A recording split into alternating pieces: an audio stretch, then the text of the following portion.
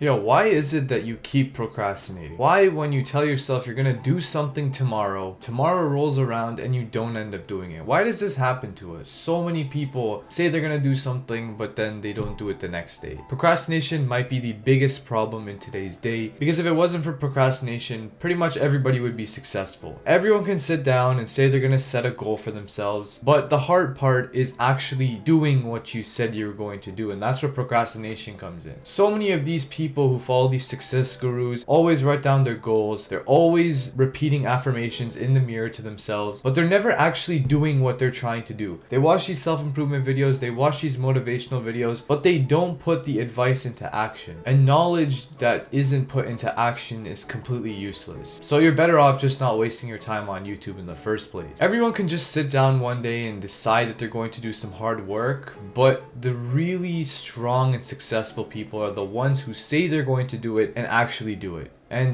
to tie that into confidence, that's one of the main ways you actually get confident. It's not about what you've achieved, it's about what you do on a daily basis. Procrastination and discipline are basically the antithesis of each other. So by looking at procrastination in more detail, we can see the importance of discipline as well. Let's get to the root of the problem and discuss why we procrastinate. The simplest reasons, the two most basic reasons as to why we procrastinate are obviously because we are tired and because there's something better to do in our lives. If there was nothing better to do than to do difficult things, I'm pretty sure we would either be sitting around or doing difficult things, and that just depends on the day and the time of day. Because especially as a man, it's very hard just to sit around and quite literally do nothing. We have some sort of ambitious desire within us that will make us do something, which is why some people end up doing at least something throughout their day. It might be going to the gym, it might be reading a book, or it might just be watching motivational videos on YouTube. So by removing these variables from the equation, by removing the fact that we're tired, and especially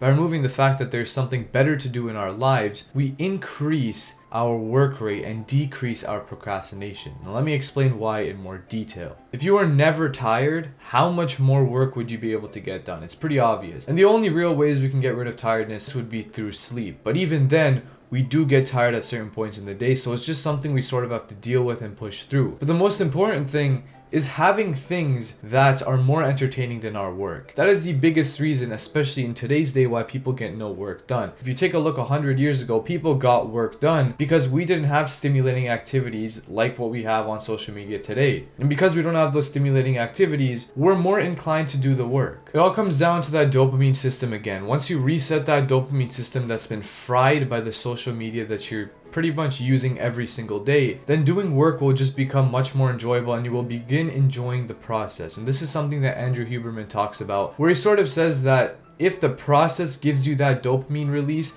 you're much more likely to stick to the process. It's just about making the process of doing the work enjoyable and dopamine releasing, as opposed to having the results be dopamine releasing. And that's the big problem with modern addiction to these stimulating activities, is that we get these dopamine kicks without actually putting in the work to do anything. We're not getting dopamine kicks because we achieved something, we're just doing it because it's so accessible. And when this dopamine reward system that we have within us sets its eyes on these stimulating activities, all you really want to do in the day is engage in these stimulating activities. TikTok, Instagram, YouTube, you name it. And this is why they're so detrimental, because over time, once you begin to get more addicted to these things, your mind continuously goes back to those things, continuously attracts you to those things because of the dopamine reward system it is receiving. Again, as I mentioned in my other videos, they're manipulating your biology in a way where they can control you the best. And this is a perfect example of it. So like a lot of the answers in my videos, the best way to stop procrastination is to stay away from these stimulating activities. Stay away from social media, stay away from these modern addictions, and you're basically set to go. Obviously, some degree of procrastination just has to do with your discipline. You do need to stay disciplined.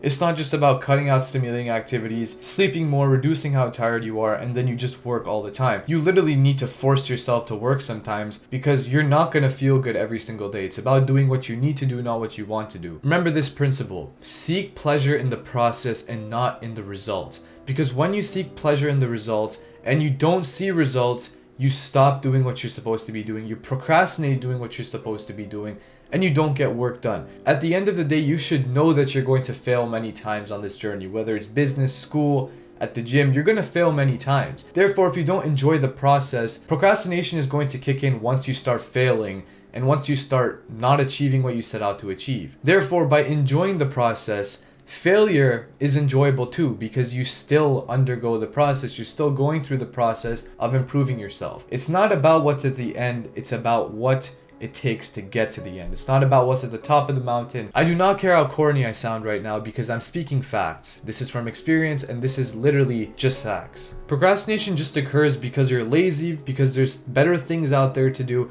and because you're not enjoying the process and you're only chasing the results that come with the process. If you enjoy the process, if you stop doing these things that release so much dopamine that you can't even pay attention to reading a book, and if you sleep more, be less tired, work out, do all these things that better your health, there should be no reason why you continue procrastination. It will not last nearly as much as it's currently lasting. I'm sure you wanted me to give you some magic pill, but there is no magic pill. It's literally just about yourself and how you fix your own problems. I can give you the advice, but at the end of the day, you have to fix your own problems. Reject mediocrity, embrace mastery, and I'll see you in the next video.